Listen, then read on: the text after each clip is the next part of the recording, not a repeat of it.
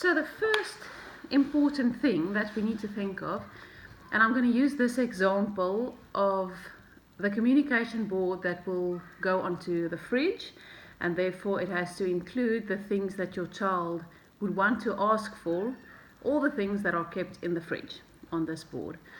Now the first step is to go to your fridge and to think about your child, if your child is still quite young, and also if this communication system is new to your child. You're only going to want to add the things that your child would want. So don't add unnecessary things, even if they are also kept in the fridge. As you go along and as your child has more success with this method of communication, you can add extra stuff.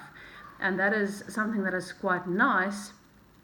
Using this communication system and these communication boards, you can take away things or add different items as you go along. It doesn't have to be the way you want it for the next couple of years when you start out. Okay, so your first step, take real pictures of the things in the fridge. So if your child likes apples, or he or she would want to ask for an apple out of the fridge, you take a picture of an apple.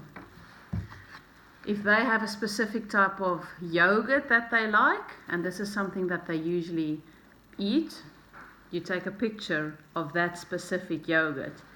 If they have a certain type of preserve or jam that they like on their bread, you take a picture of the exact thing. You don't use general pictures that you get off the internet, because we want to make sure that our child really understands that this is the thing they want. If you're going to take any type of yogurt, a yogurt container, any picture from the internet, and use that on your communication board, your child might not necessarily realize that the yogurt on the communication board is a way of asking for this specific yogurt that they feel like right now. So that's the first important thing. Take real pictures of the things in your child's environment, and then have those printed. When you print these pictures, and also when you arrange them before you get it printed, it's important to try and make them all more or less, or if you can, exactly the same size, because that's just going to avoid one picture being very big and another one being tiny.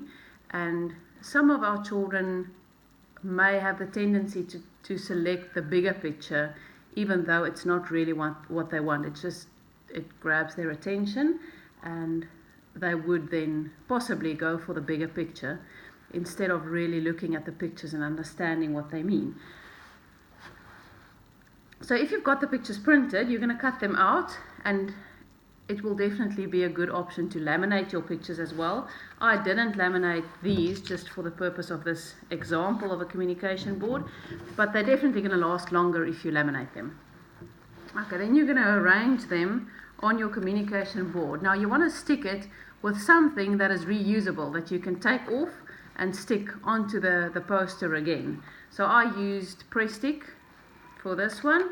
If you laminate your cards, Velcro is also a good option.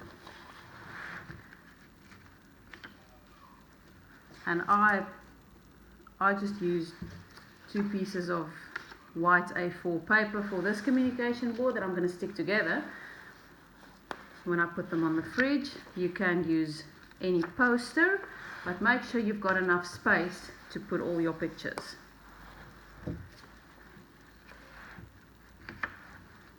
Okay, and then you're going to put all your pictures on your communication board, and this will be the one to go onto the fridge door.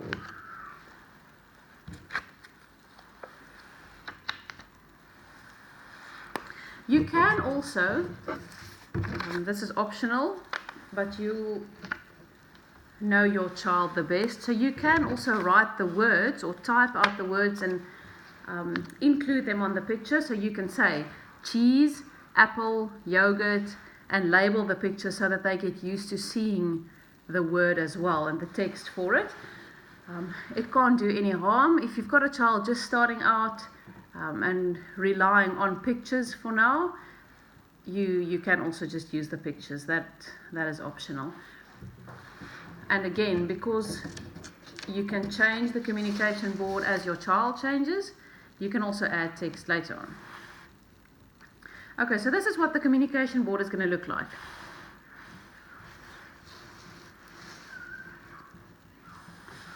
This will go up onto the fridge. And now when your child walks to the fridge, they will be able to look at this communication board, decide what they want out of the fridge, and let's say, for example, they want an apple. They're going to reach for the picture of an apple, pull it off, and this will be the one that they hand to you. And then just to recap as well, I'm pretty sure you did look at the communication training blog, but if they hand you the picture of an apple, you can always say apple, and then you give them the apple. And always be sure to put back the picture so that next time they want to ask for the same thing, it is readily available.